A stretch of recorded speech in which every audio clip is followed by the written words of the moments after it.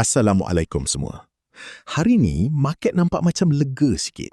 Tapi saya nak cakap awal-awal, jangan terlalu cepat percaya rally ini. Trump ni memang gila dan susah kita nak ramal pasaran. Sebab headline paling besar hari ini ialah harapan US dan Iran semakin dekat dengan deal untuk buka semula Strait of Hormuz. Bila market dengar berita ini, oil terus jatuh kuat. WTI turun ke kawasan $92. Ini besar sebab sebelum ini market takut oil boleh spike kalau tension Iran makin panas. So bila oil jatuh, market rasa lega. Inflation fear boleh reda sikit, Nasdaq boleh dapat support. Bitcoin pun boleh ikut risk on mood. Gold pula boleh hilang sedikit safe haven demand sebab market kurang panik. Tapi ini part penting. Deal belum signed. Hormuz belum confirm normal. Trump pun masih berhati-hati. Jadi jangan frame ini sebagai war selesai. Lebih tepat, market sedang pricing in temporary relief. Untuk WTI, level penting ialah $92. Kalau WTI break dan hold bawah 92, downside boleh sambung ke 89, kemudian 86. Tapi kalau WTI naik balik dan reclaim 94.80, itu tanda market mula doubt deal semula. So setup hari ini, jangan chase oil. Tunggu confirmation. Market memang nampak lega, tapi headline geopolitik boleh tukar arah dengan sangat cepat. Event kedua yang penting ialah PCE inflation. PCE ni data inflation yang Fed paling tengok. Dan minggu ni, market akan tunggu data ni sebab ia boleh tentukan sama ada relief rally boleh sambung atau tidak. Sekarang, market boleh happy sebab oil jatuh. Tapi kalau PCE keluar panas, cerita terus berubah. Bila inflation masih tinggi, market akan fikir Fed susah nak cut rate. Bila Fed nampak lebih hawkish, DXY boleh rebound.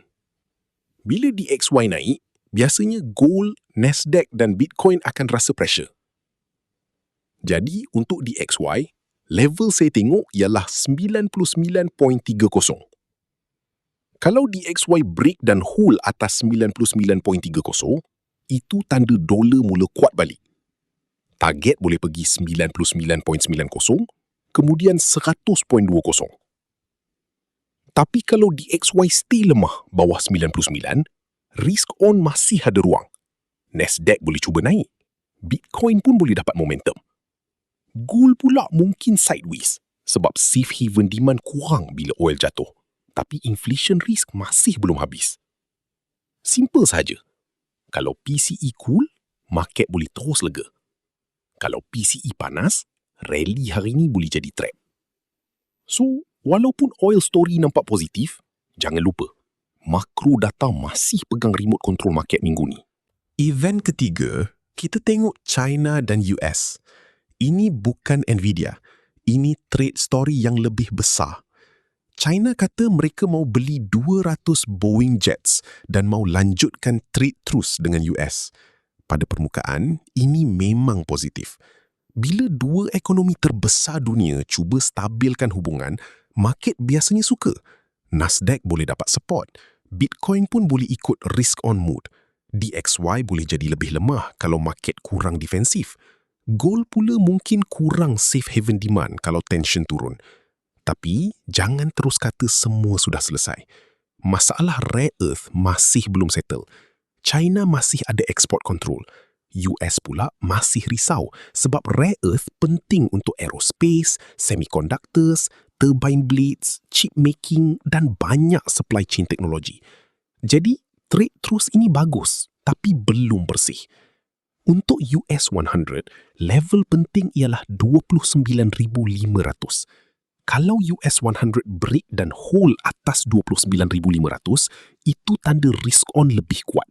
Target boleh pergi 29,800, kemudian 30,000. Tapi kalau US 100 reject dekat level ini, hati-hati.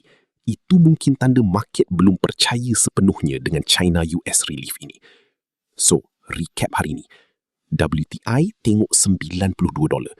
DXY tengok 99.30. US 100 tengok 29,500. Market hari ini nampak lega, tapi belum confirm selamat. Kalau anda nak daily public signals percuma terus ke email, daftar akaun percuma di quantica.my. Jangan lupa subscribe channel ini. Jumpa dalam next video. Assalamualaikum. Event ketiga, kita tengok China dan US. Ini bukan Nvidia. Ini trade story yang lebih besar. China kata mereka mau beli 200 Boeing jets dan mau lanjutkan trade terus dengan US. Pada permukaan, ini memang positif. Bila dua ekonomi terbesar dunia cuba stabilkan hubungan, market biasanya suka. Nasdaq boleh dapat support. Bitcoin pun boleh ikut risk-on mood. DXY boleh jadi lebih lemah kalau market kurang defensif. Gold pula mungkin kurang safe haven demand kalau tension turun. Tapi jangan terus kata semua sudah selesai. Masalah rare earth masih belum settle. China masih ada export control. US pula masih risau sebab rare earth penting untuk aerospace, semiconductors, turbine blades, chip making dan banyak supply chain teknologi. Jadi, trade terus ini bagus tapi belum bersih. Untuk US 100, level penting ialah 29,500. Kalau US 100 break dan hold atas 29,500, itu tanda risk on lebih kuat. Target boleh pergi 29,800, kemudian 30,000. Tapi kalau US 100 reject dekat level ini, hati-hati. Itu mungkin tanda market belum percaya sepenuhnya dengan China-US relief ini. So, recap hari ini. WTI tengok $92. DXY tengok 99.30. US 100 tengok 29,500. Market hari ini nampak lega, tapi belum confirm selamat. Kalau anda nak daily public signals percuma terus ke email, daftar akaun percuma di quantica.my. Jangan lupa subscribe channel ini. Jumpa dalam next video. Assalamualaikum. Sebelum kita close, saya nak tunjuk contoh praktikal daripada Quantica Signal pagi ni. Untuk makluman, korang boleh dapat 3 free signal setiap hari. Hampa terus ke email korang. 100% percuma. Jangan lupa sign up. Jadi, pagi ni, Quantica keluarkan Tokyo Session Public Signal untuk XAU USD dan signal dia ialah short bias. Tapi, ini penting. Signal ini bukan terus sell membuta tuli. Dalam screenshot, setup state dia masih anticipative. Maksudnya, market structure nampak cenderung bearish, tapi masih perlukan confirmation. Key level yang Quantica highlight ialah 4,590. Entry zone berada sekitar 4,590, stop loss di 4,665 dan target dia bertingkat. Target pertama 4,500, target kedua 4,453 dan target ketiga 4,290.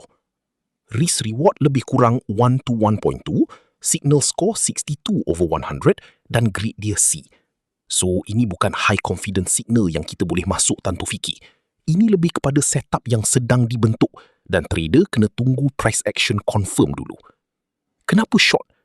Sebab wave analysis nampak gold masih dalam bearish impulse.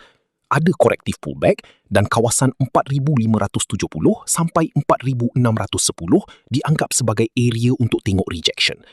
Kalau price gagal break higher dan mula reject dari zone itu, barulah short setup jadi lebih menarik. Tapi kalau gold naik dan tembus kawasan 4,665, setup bearish ini boleh invalid. Jadi risk management memang wajib. Untuk day trader, signal daily macam ini boleh jadi map besar. Lepas tahu daily bias ialah short, anda boleh turun ke time frame kecil, 1 hour, 15 minit atau 5 minit untuk cari confirmation entry yang lebih cantik. Kalau anda nak daily public signals percuma terus ke email, daftar akaun percuma di quantica.my. Jangan lupa subscribe channel ini. Jumpa dalam next video. Assalamualaikum.